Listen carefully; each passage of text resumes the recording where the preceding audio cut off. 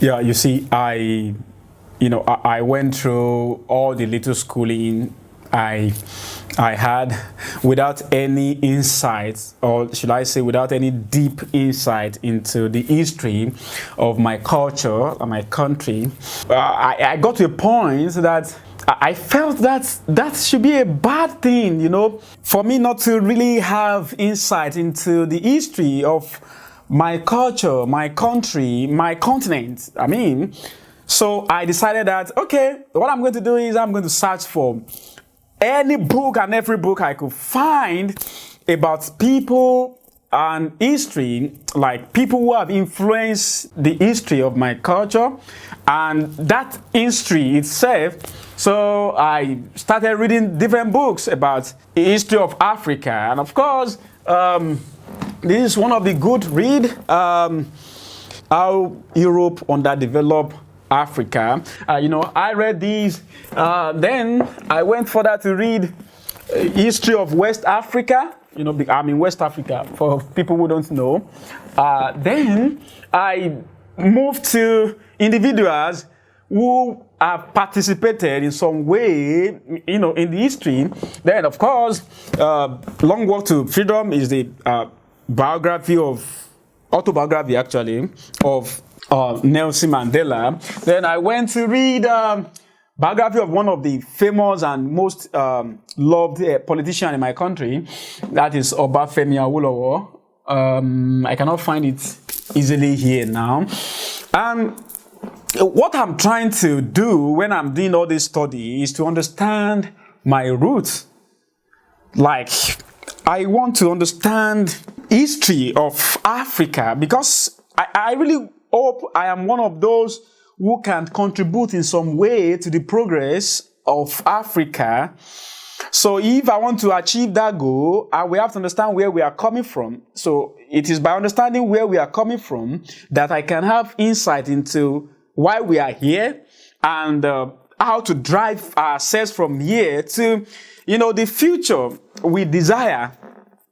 Now, in all these studies, I've come across different opinions about why Africa is poor. But this video is meant to share with you what I think is about me, is the reason why Africa is poor. So, during my studies, I've seen different opinions. Like, some people believe that we are poor because of the long era of slave trade. And if you think about that, that really makes some sense. African continent was subjected to slave trade for, I think, 400 years. There are about 400 or 450 years of slave trade. And in all of this period, we lost like 12 millions. Yeah, there are about maybe 11 million or 12 million of our A.B.U men to slave trade. Yeah, so that is huge. That is very huge, That is very huge. And that can be the reason why a continent will be backward. Some people blame colonization, which happened for another 50 years. Yes, that is huge too, because most of the colonies, if not all, were a target by the superior power to take away their resources and make themselves wealthy, stuff like that. So that could be a good point too, Some other people have some other reasons why they think Africa is poor. Yeah, political corruption. But this is what I think. Africa is poor, in my own assessment, for few things that we can amend right now, because we really don't have control over what has happened. Like, we can't reverse slave trade, and no, we can't reverse colonization. All those are gone. But like, based on things we can repair, like pick up from, and things that you can see from history. If you look at our forefathers, even before slave trade, and this generation of Africa, you can see some similarities, which is the reason why we might be backward. I think those are the things we should point at, things that we can correct. Now, here are three things I think. One is this. For whatever reason, my fellow Africans are less curious beings. We ask less questions. We are curious about how things happen and how they are achieved, and how, for example, when Isaac Newton was sitting down under a tree, I think apple tree, and apple fell by his side, he asked questions. Why did this apple fall down? And because of this curiosity, that led him into discovery of gravity, I think.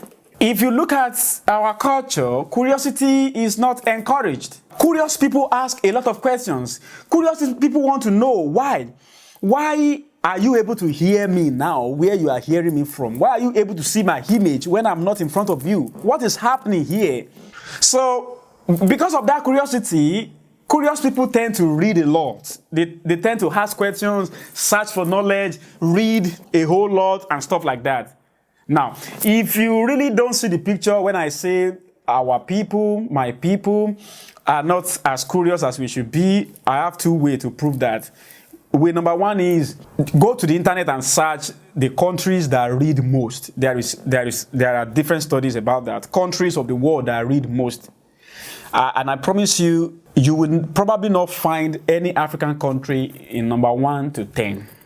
Then, between number 10 and 20, you will find two countries. I don't want to mention those two countries. I have actually saw that, and I know the countries I'm mentioning. And yes, it's not Nigeria. Nigeria is not even in the list. I'm a Nigerian, so I can tell you that it's not Nigeria at all. But there are two countries in Africa that read a little too. I won't mention those countries. That's a bad thing for our culture. That's a bad thing for our progress. That's a bad thing for our continent. When people don't read books, when people are not, it's a sign that we are dead. When we are not reading, we are not curious. How are we going to know? How are we going to have a sharp mind? How are we going to be intellectuals? How are we going to be scientists? How are we going to be inventors? When we don't read. You know something? I have a biography of about Einstein here in my library. I read it last year. And you know one thing that separated this guy was at a point in his life, he sat down with all the materials previous scientists have written. It is through those studies he started seeing similarity and differences. His brain started seeing how he can invent things because he studied the work of other people before him. Today in my library, I have biographies of different entrepreneurs. Africa, outside Africa, Asia, whatever continent. Why? I have to know how these people live their life. What discipline do they have? What obstacle do they overcome? How do they overcome those obstacles? Now, when I read that my continent is not even having any country among top countries where books are read, that's a big deal. That's a big pain for us. That is why we are backward. That is why we are poor. People need to be poor in the mind for them to be poor in cash. Another reason why we are poor in this continent is what I call wrong spirituality. Wrong spirituality. My definition of wrong spirituality is when human beings ask God to do for them what God expects them to do for themselves. For me, that is wrong spirituality. It is a good spirituality to depend on God. Believe me, I have prayed to Jesus today.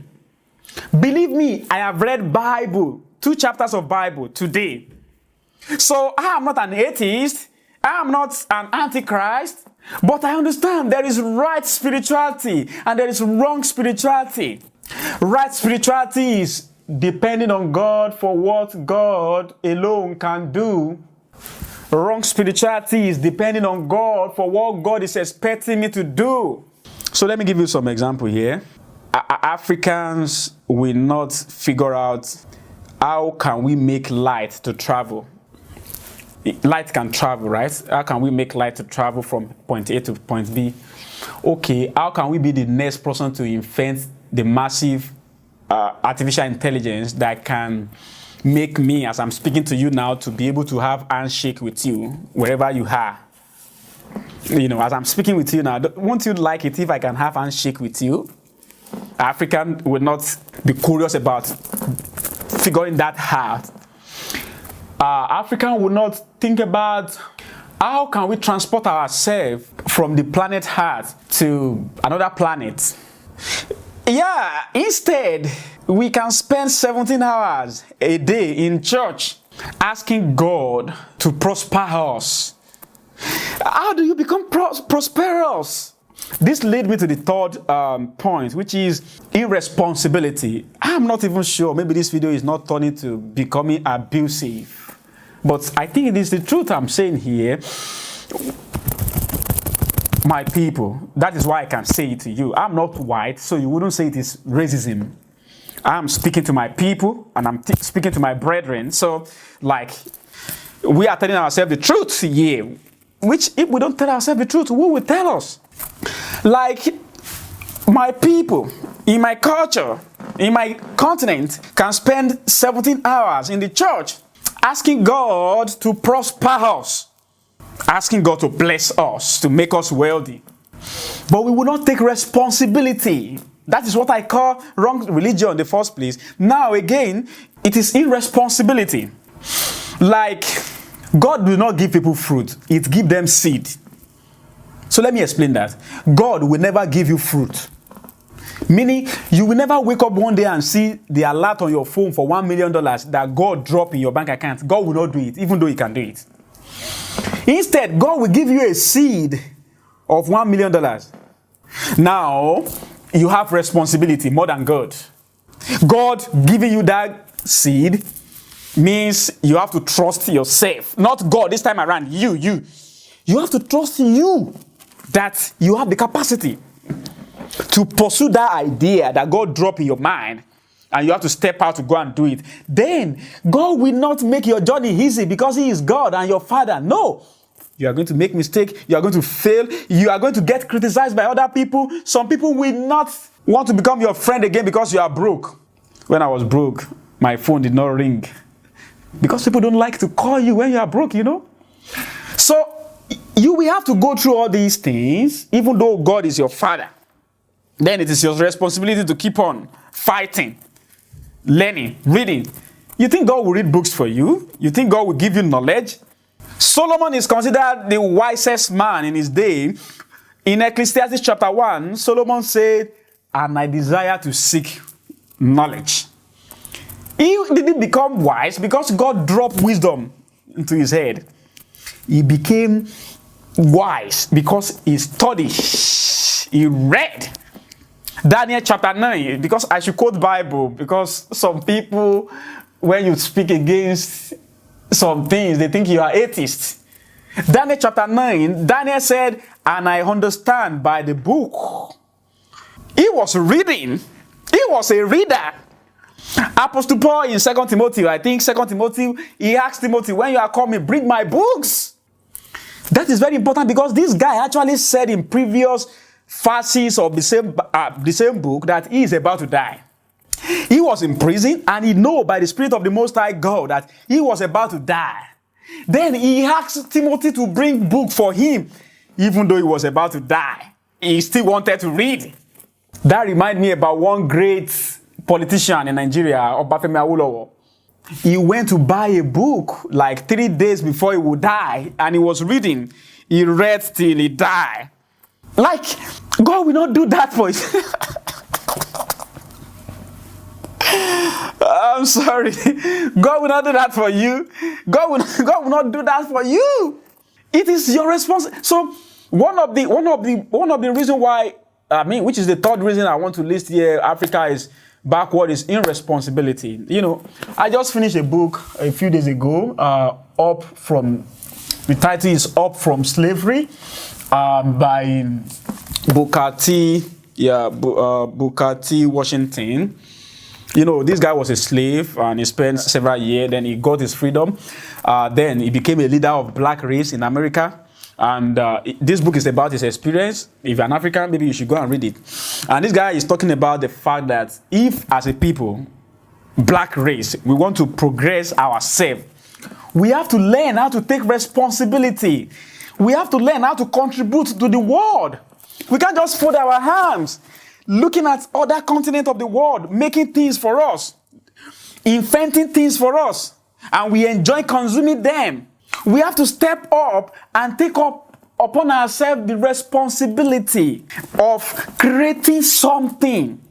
Because it is by contributing to the world that we become prosperous. I have tried in this video to communicate my heart. If I have said some things that you don't like, maybe you should forgive your brother. I think Africans expect things to be easy. That is why we are poor. We blame devil for wherever things are difficult, when it is not even devil at all. That guy called devil self, when we get to heaven, he will accuse us of a lot of false accusation. Then we go to our spiritual houses and spend hours and hours begging God to prosper us, when it is actually our duty to prosper ourselves. And we will not step up. We won't make mistake. We won't learn. We won't read. We won't be curious. That is why we are here. So we have to change all that. And for some people who will say, what about corruption? What about political corruption? You know what? The reason why a politician in my country can go and take bullion van to pack money is because he's leading people who are not intellectually sound enough. Let him go and do it in the UK or the US. He will spend the rest of his life in prison. So it still falls back to intellectual capacity. If the numbers of people in certain population are intellectually sound, it will be very difficult for any stupid man to steal their money. No, go to America now. Go and become a senator in America and steal money. Go and become a president in America and steal money directly. Go and try it the way politicians do it in Africa. Maybe you will not spend the rest of your life in prison. The reason why it is easy is because you know you are leading people who, not everybody in Africa is dumb. Just don't misquote me. But we need a reasonable percentage of people in our country to be intellectually strong, curious, and try things. Thank you so much for watching this video, and I want to especially thank people who share my content on social media. I got to know that a lot of people do share my content on WhatsApp, on Facebook and stuff like that. I appreciate you. Thank you very much. I want to remind you, don't forget to share this too. Share with your best friends via the mail or via the WhatsApp. And I wish you and Africa good luck.